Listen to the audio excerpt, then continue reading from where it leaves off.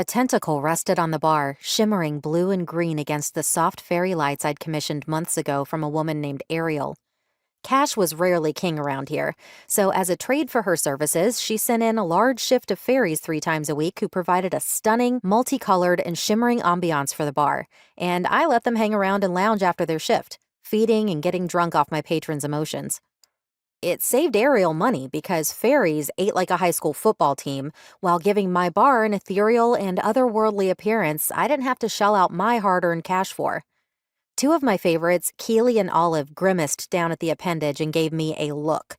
I shrugged and continued wiping down the bar. They weren't here to offer an opinion, but even I didn't love the slime currently dripping onto the highly polished oak.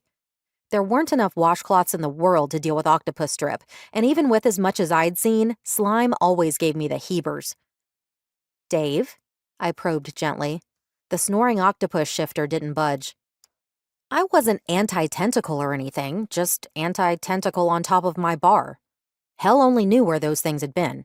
I once read a few passages of octopi erotica once after someone left a copy behind, and all I could think when I finished was, ew, and gross, and oh my gods, do not touch me with any slimy appendages.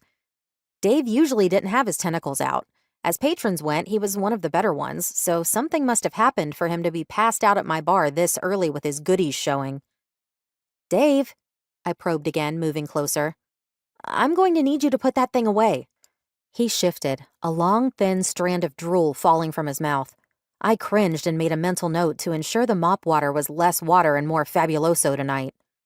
Olive and Keely giggled above me, a high-pitched tinkling that sounded more like wind chimes than laughter. They didn't laugh often, but when they did, it always made me happy. Such was the power of the tiny fae. Adorable, cozy, and deadly if you pissed them off. Exactly what I needed around here, considering the clientele I catered to. Swan Noveltini sat between a tourist voodoo shop called Voodoo for You, the kind with plastic shrunken heads and fancy smell-good candles with handwritten script spells and labels like "To Get Your Man's Head Right" or, my personal favorite, "Girl Boss Monday through Friday." If people only knew what authentic voodoo looked like, they'd probably keep a wide berth around even the hint of it. The owner, a frightening woman named Bella, kept all the good stuff in the back, and you had to know the password to see it. I'd met Bella once, made a quip about Twilight, and asked whether she regretted her choice of Edward versus Jacob.